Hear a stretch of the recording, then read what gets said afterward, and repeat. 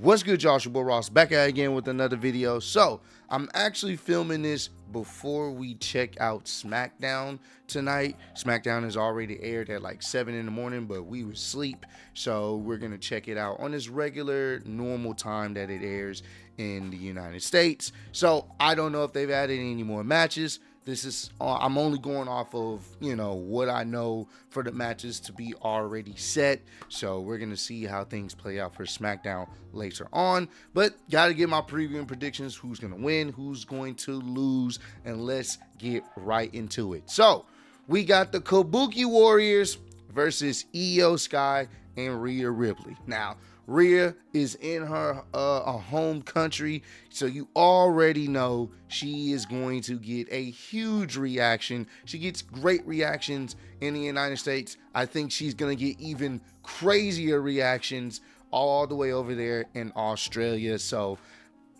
and I think the story that they've been telling with Io realizing that Asuka is not really the friend that she says she is, and the story that they're telling with Kyrie needs to be freed from Asuka's aggressive grasp. Like, Asuka is essentially treating Kyrie like this slave, and I think she even changed her name, like on Twitter, like her handle, to say Kyrie, like how Asuka always tells Kyrie or calls her name when she needs her to follow her and stuff like that. So I think the bigger story there is going to be, when does Kyrie stand up for herself? I think that's going to be pretty interesting as well. And I love what they've been doing with Asuka. Asuka has been killing it with this crash out version of herself. She just doesn't care. I love it. She's like just going off on any and everybody. I love what they're doing with Asuka. But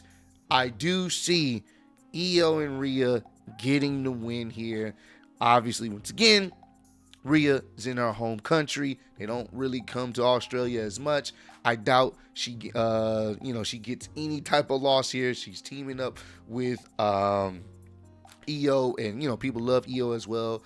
And I do think that the Kabuki Warriors will take the loss here. Hell, I honestly think maybe Kyrie will end up eating the pin, and of course, Asuka will be upset that Kyrie ate the pin there, and hopefully they set something up there. Maybe Io is still trying to appeal to Kyrie to get her to leave Asuka, because Asuka does not really care about her, and hopefully we get that story of Kyrie finally standing up for herself. I think we've seen this a few times in wrestling over the years, where the person that's in a group has to finally stand up to that final boss of that group or tag team and say, no, I'm not taking this from you anymore. So, and that would be a good feud that they can build off on.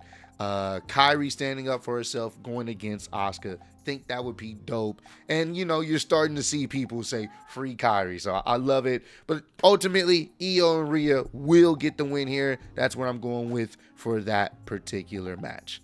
Next, Bronson Reed, the Tribal Thief, versus Roman Reigns, the Tribal Chief.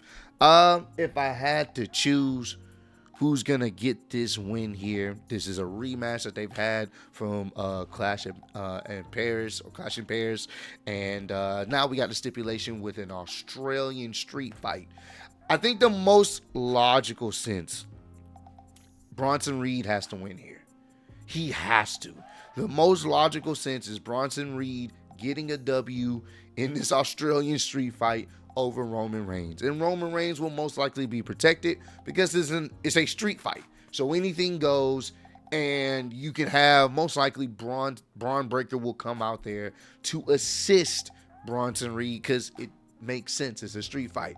Roman's already made it clear he doesn't really want the Usos help. He wants to do this alone. You know how Roman is, all pride and stuff like that.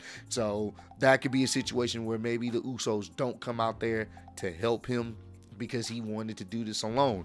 But most likely, Braun Breaker will be the one to assist Roman Reigns to assist Bronson Reed in defeating Roman Reigns, because once again, Bronson need this.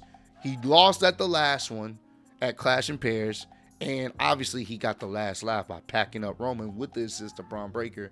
It doesn't make sense for him to lose another match and then they have some type of beatdown afterwards. No. Have Roman take the loss here. It's a stipulation loss. It's a way you can protect him because it's a street fight. Anything goes. It'll probably be a 2v1 situation.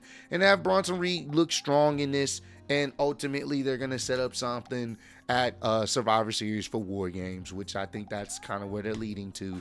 And, you know, at that point, maybe Roman overcomes them at that point. Who knows?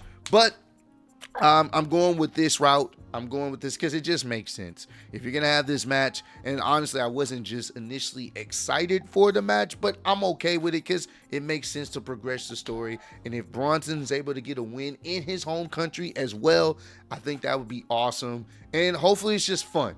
If we get some boomerangs in there, I'm here. If we get a kangaroo in there, 10 out of 10 would rate it again. So I'm going with Bronson Reed with the help of Braun Breaker in the street fight to beat Roman Reigns because Roman can take that loss. Next, we got to check out the John Cena versus AJ Styles. Now, here's the thing about this match.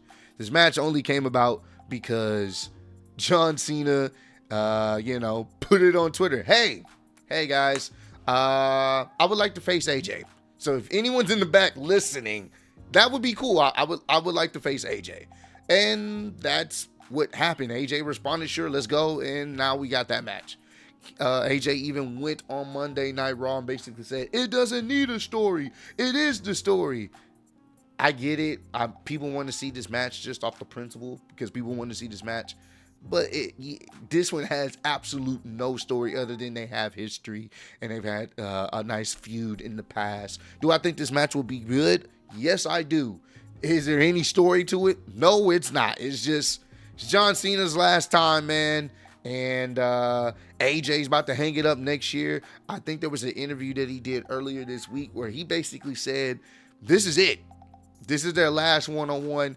He does not plan on doing this. There's no amount of Saudi money that can get him and John Cena to have another match. I can respect that. We'll see if that happens. If they're able to, be able to abstain from the Saudi Arabian officials with their money. I don't know. We'll see what happens there. This was just going to be a fun, entertaining match. There literally is no build to it. I wish there was, and it really does make you feel like this John Cena retirement run is just so put together with duct tape, especially the latter half of it. It's unfortunate. There's ways they could have really built this up. This should have been happened. Hell, I would have preferred this over Brock Lesnar, to be honest with you. You could really build towards that, but you know how it is, bro. They really dropped the ball with John Cena's retirement run. But nevertheless, I am looking forward to this match. If I had to choose, John Cena's most likely winning here. Him taking another loss would definitely, I don't know if that would make too much sense. I get it. People would want AJ Styles to get the win here. But I think John Cena getting the W here right before, he finally hangs it up would actually, be pretty nice. So, and it just sucks that we really didn't get any real face-to-face action with these guys outside of a fucking couple of tweets, because John said, I want to have this match with him. Finally, I want to do this. So this is what we got. So yeah, I'm going with John Cena to win here. AJ Styles is AJ Styles. Like there's, you don't really have to do too much in that sense. He will always still be good, whether he takes the loss to John Cena or not. So I'm definitely going with that. All right, we now getting into the Crown Jewel champion versus champion matches. We're going to start with Tiffany Stratton versus Stephanie Vacour. This one is a tough one, and I've kind of been going back and forth with this only because, I'm being honest with you, both of them could win. This is one of those, both of them you can actually have a viable reason why Tiffany would win, because they're building her up as a strong, dominant champion, and a viable reason why Stephanie should win, because she just became champion. If I had to really choose, bro, I'm gonna lean towards Stephanie. And the reason why is because they're very high on Stephanie. Stephanie is someone that they're pushing. You know, we all know at some point they're going to set up the Stephanie versus Rhea match.